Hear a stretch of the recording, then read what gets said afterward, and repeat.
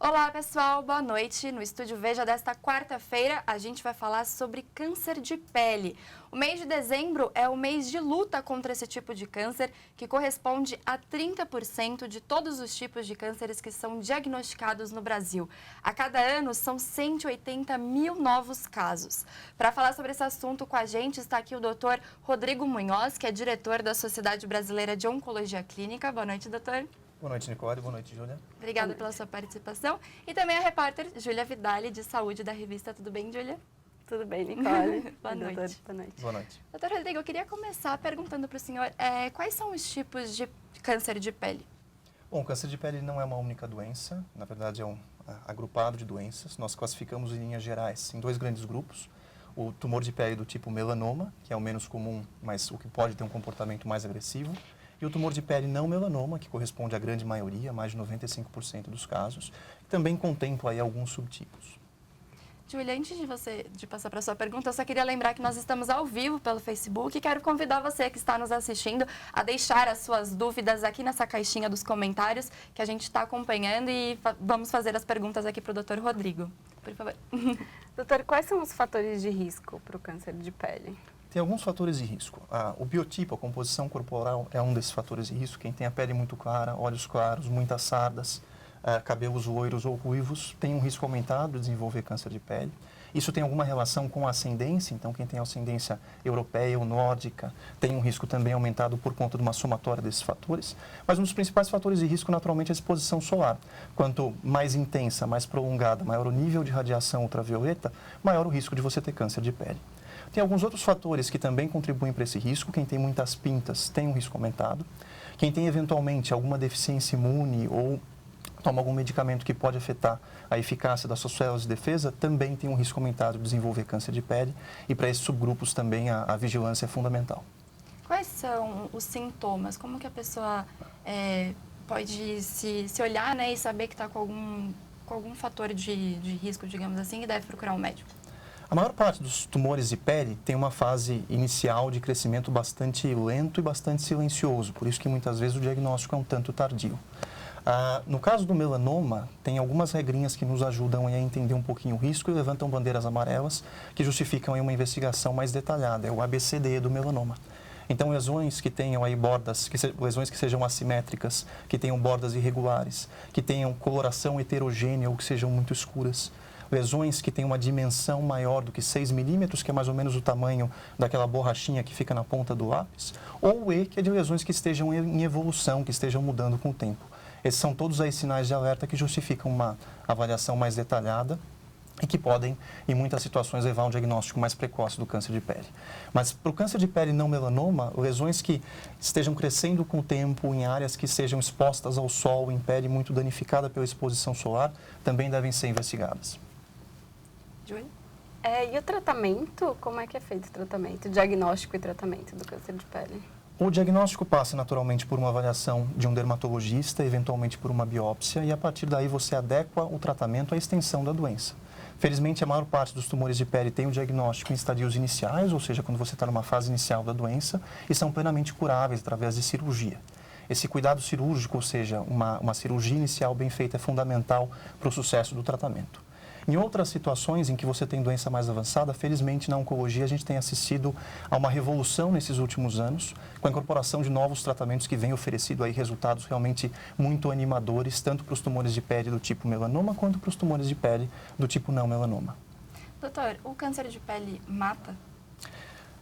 Existe o risco, sim, de morte pelo câncer de pele, especialmente se você tem um atraso no diagnóstico ou um atraso para tomar a conduta adequada, para fazer o tratamento correto. Esse risco é muito maior para aquele que é menos comum, para o melanoma de pele. É um risco consideravelmente menor para o tumor de pele não melanoma, que felizmente é o tumor mais frequentemente diagnosticado em relação ao melanoma. A pesquisa até que a sociedade fez mostrou que muitas pessoas, elas sabem, né, que de todos os tipos de cânceres, por exemplo, quando fala em prevenção, elas citam a questão do sol, né, de tomar cuidado com o sol. Mas por que as pessoas ainda abusam? Na verdade, o senhor acha, primeiro, né, que as pessoas abusam do sol e por que elas não tomam esses cuidados? Bom, essa pesquisa é muito interessante porque ela mostra que, primeiro, as pessoas conhecem o problema, elas conhecem e reconhecem que o câncer de pele é potencialmente grave. Segundo, em linhas gerais, elas também conhecem como prevenir e quais são os principais fatores de risco.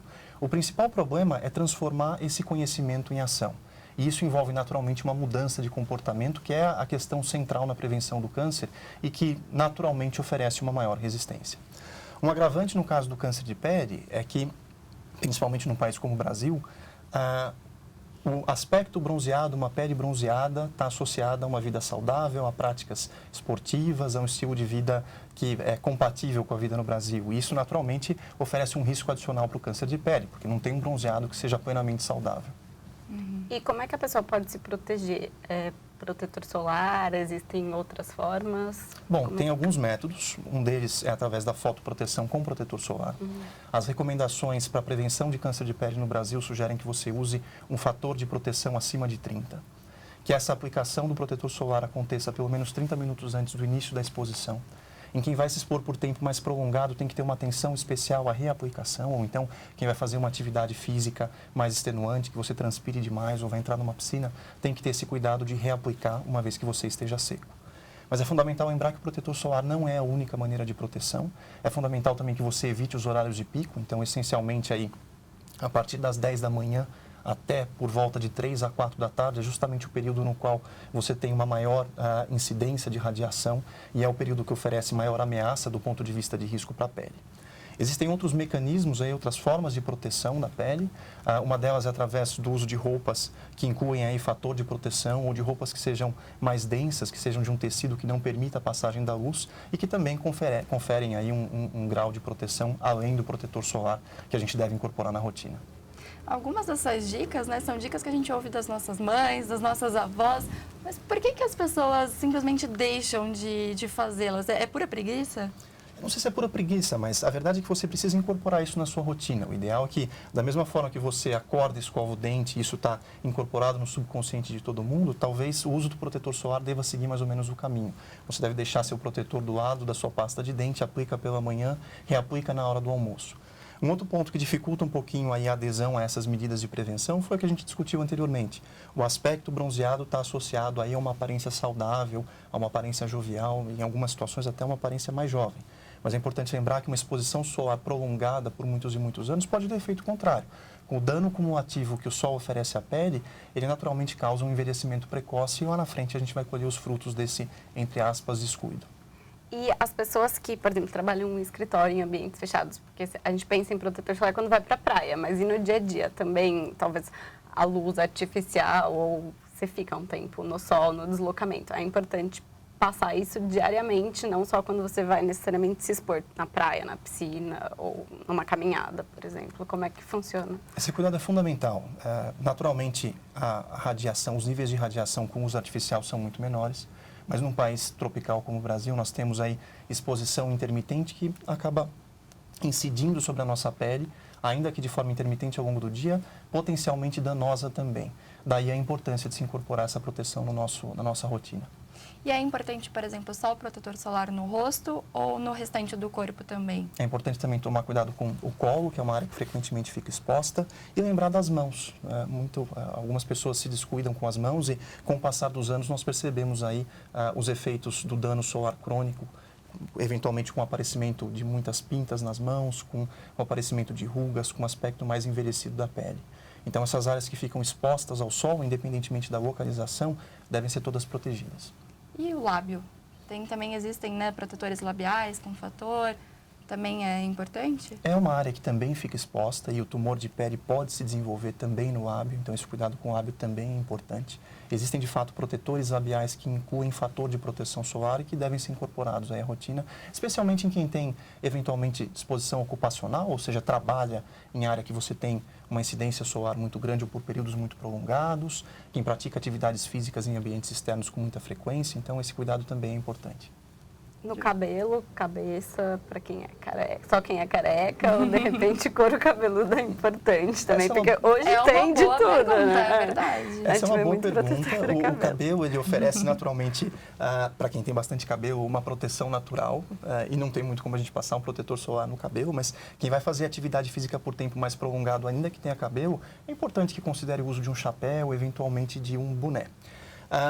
Em quem não tem cabelo, naturalmente, aquilo que pode afetar as outras partes do corpo, também pode afetar o couro cabeludo, e aí aplicar protetor solar também é fundamental. E, assim, a gente associa muito sol, essa questão ao Nordeste, mas eu já vi que a maior incidência é no sul do país. Por que isso realmente acontece? Por que isso acontece? Isso realmente é verdadeiro. Isso tem um pouco a ver com os fatores de risco para os tumores de pele. Por conta da nossa colonização no Brasil, nós acabamos concentrando aqui nas regiões sul e sudeste alguns dos fatores de risco para o tumor de pele, além da exposição solar.